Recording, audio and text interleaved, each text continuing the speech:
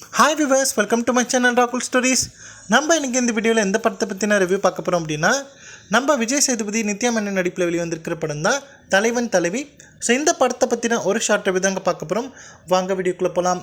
இந்த படத்தோட one line story என்னன்னு பார்த்தீங்க அப்படின்னா, நம்ம படத்தோட ஹீரோயின் ரொம்ப ஆசாசியாக தான் வந்து ரெண்டு பேருமே கல்யாணம் பண்ணிக்கிறாங்க. ஸோ கல்யாணம் பண்ணி ஒரு பாயிண்டில் பார்த்திங்க அப்படின்னா ரெண்டு பேருக்குள்ளே பார்த்திங்க அப்படின்னா ஒரு மிஸ் அண்டர்ஸ்டாண்டிங் வந்துடுது. ஸோ அதனால் பார்த்திங்க அப்படின்னா ரெண்டு பேருமே ஒரு 3 மாதத்துக்கு பிரிஞ்சிருக்கிற மாதிரியான ஒரு சுச்சுவேஷன் வந்துடுது. ஸோ அதுக்கப்புறம் என்ன ஆச்சு, அதுக்கப்புறம் இவங்களுக்குள்ளே நடந்த அந்த பிரச்சனை தீர்ந்தா இவங்க எப்படி ஒன்று சேர்ந்தாங்க அப்படிங்கிறத இந்த படத்தோட மீதி கதை. ஸோ என்னை பொறுத்த வரைக்கும் பார்த்திங்க அப்படின்னா நம்ம இயக்குனர் பாண்டியராஜ் எப்போவுமே எமோஷன்ஸ்க்கு இம்பார்ட்டன்ஸ் கொடுக்கக்கூடிய ஒரு நபர். ஸோ அந்த வகையில் இந்த படத்தில் இந்த ஹஸ்பண்ட் அண்ட் ஒய்ஃப்குள்ளே நடக்கக்கூடிய அந்த எமோஷனலான விஷயங்களாக இருக்கட்டும், ரொம்ப ஹாப்பியான விஷயங்களாக இருக்கட்டும், எல்லாமே கலந்து கொடுத்துருக்காரு அப்படின்னு சொன்னால் இந்த படத்தை குறிப்பிட்ட ஜானர் அப்படின்ற மாதிரி சொல்லவே முடியாது. ஸோ இந்த படத்தை பொறுத்த வரைக்கும் இந்த படத்தில் எல்லா விதமான எமோஷன்ஸ் இருக்குது அப்படின்னு தான் சொல்லணும்.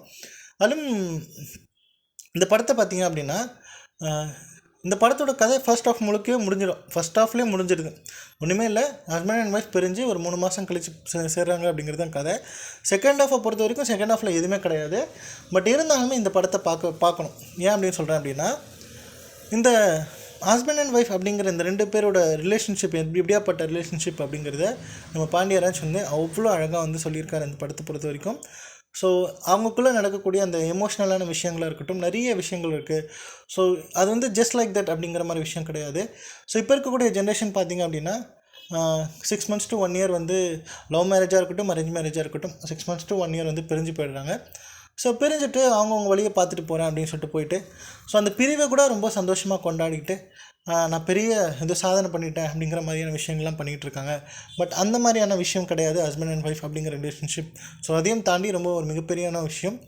ஸோ அந்த ஒரு இம்பார்ட்டன்ஸை, அந்த ஒரு ரெஸ்பான்சிபிலிட்டி எடுத்துக்கணும் அப்படின்னு சொல்லிட்டு அதை பற்றி சூப்பராக பேசியிருக்காரு நம்ம பாண்டியராஜ் இந்த படத்தில்.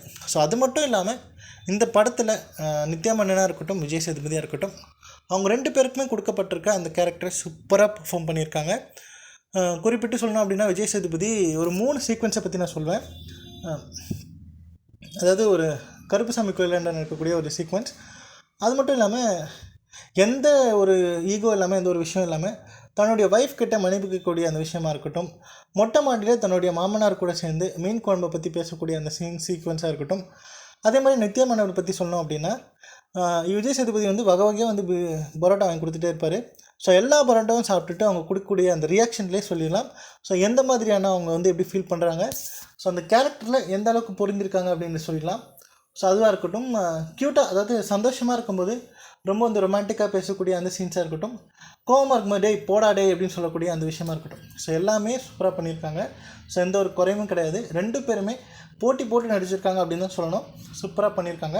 இதில் நடித்த இவங்க மட்டும் இல்லாமல் இவங்க நடித்த அத்தனை கேரக்டர்ஸுமே சூப்பராக பண்ணியிருக்காங்க. குறிப்பிட்டு சொல்லணும் அப்படின்னா யோகி பாபு இந்த படத்தில் 100% அவருடைய காமெடி ஒர்க் அவுட் ஆச்சு அப்படின்னு தான் சொல்லணும். உங்களுக்கே தெரியும், கிட்டத்தட்ட ஒரு 10-20 படம் நடித்தார் அப்படின்னா ஒரு படம் ஹிட் ஆகும், ஒரு படம் கிளிக் ஆகிடும் அவருடைய காமெடி. ஸோ அந்த வகையில் இந்த படத்தில் அவருடைய காமெடி அப்படிங்கிற ஒரு விஷயம் வந்து ஒர்க் அவுட் ஆகிருக்கு. ஸோ கண்டிப்பாக இந்த படத்தை தேட்டரில் போய் பாருங்கள், உங்களுக்கு ஒரு மிகப்பெரிய ட்ரீட்டாக இருக்கும் அப்படின்றது எந்த டவுட்டுமே கிடையாது.